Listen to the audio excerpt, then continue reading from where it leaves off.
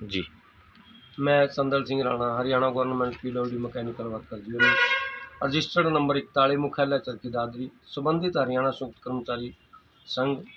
हमारी 22 फरवरी 2025 को एक मीटिंग हुई, जिस मीटिंग में हिसार में हमने एक निर्णय लिया कि सभी एससीओ के कार्यालयों के समक्ष एक जोरदार आंदोलन किया जाए।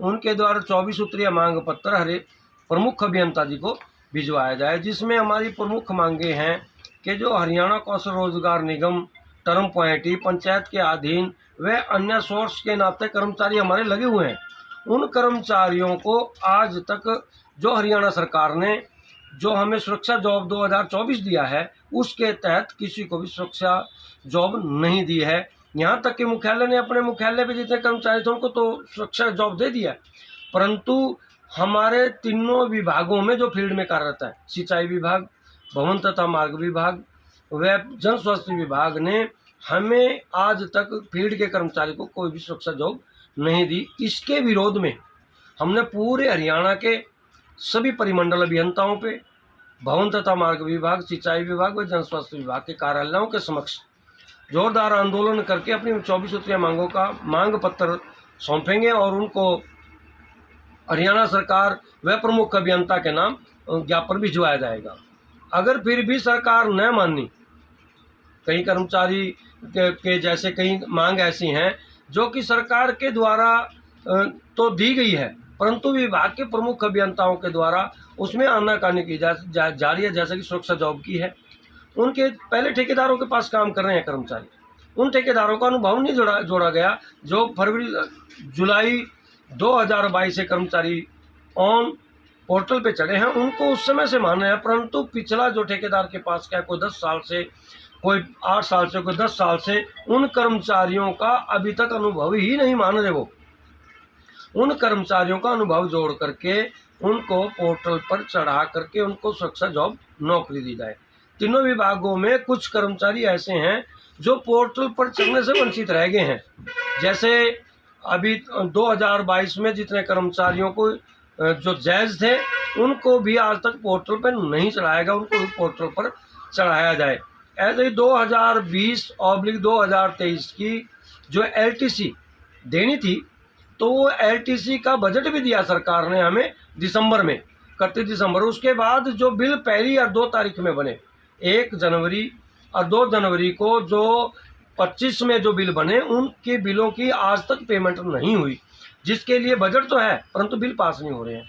और कुछ कर्मचारियों के LTC का बजट नहीं दिया गया, उनका LTC का बजट दे करके 2020 व 23 का जो भी है उसको तुरंत प्रभाव से LTC का भुगतान करवाया जाए। ऐसे ही कर्मचारियों को जो चतुर्थ श्रेणी कर्मचारी हैं उनका साइकिल का भत्ता, वर्दी भत्ता, साइकिल भत्ता, ये भत्ते सरकार 1 अप्रैल से उनका काट करके एक मुश्त देने की बात कर रही है, जबकि सरकार हर महीना देने में तो सक्षम नहीं है, परंतु एक सालाना कहाँ से देंगे। जो कर्मचारी बीच में रिटायर होंगे, 4th क्लास का जो कर्मचारी बीच में रिटायर होगा, उनको क्या मिलेगा? कोई उसके लिए वो नहीं है कि हम उसका विरोध करते हैं कि हरियाणा सरकार जैसे चतुर्थ श्रेणी कर्मचारियों को जो भत्ते मिल रहे हैं उनका एक मुश्त सालाना न किया जाए, उसका हम विरोध करेंगे और हर महीने तनख्वाह के साथ ही जोड़ करके उसको दिया जाए। ऐसे ही कई कर्मचारियों की, जैसे अभी एक विभागीय सूत्रों से पता चला है कि भारत सरकार की स्कीम है कि जल घरों को पंचायत के हवाले किया जा रहा है, जो कि 1 अप्रैल 2025 से लागू हो जाएगा। हम उसका भी विरोध कड़े शब्दों में करते हैं और उसको हम यही रोष प्रदर्शन करके, अगर हम पहले परिमंडल अभियंताओं पे हर जिला में जा करके हम अपने मांग पत्र तीनों विभागों के परिमंडल अभियंताओं को जो देंगे और वही हमारा प्रमुख अभियंताओं को मांग पत्र आएगा।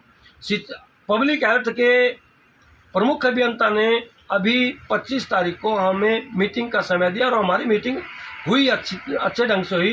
प्रमुख अभियंता जी ने ये विश्वास तो दिला दिया कि किसी कर्मचारी की नौकरी नहीं जाएगी, उसको हम पब्लिक हेल्थ से ही तनख्वाह देंगे। परंतु जो उन्होंने एक बात के लिए कहा है कि हम पंचायत को के हवाले वाटर सप्लाई करेंगे, तो जब सप्लाइयाँ ही नहीं रहेंगी तो कर्मचारी कैसे तो हम उसका भी विरोध कड़े शब्दों में करेंगे।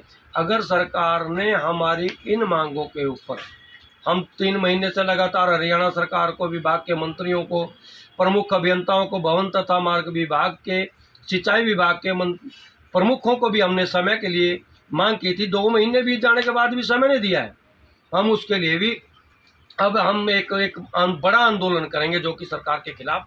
जल्दी ही हम ये 17 मार्च से लेके 30 मार्च तक हम पूरे हरियाणा के सभी परिमंडल अभियंताओं पर जोरदार प्रदर्शन करेंगे और कर्मचारियों को लामबंद करके उसके बाद हम मुख्यमंत्री जी के निवास स्थान या चंडीगढ़ की तरफ कूच किया जाएगा।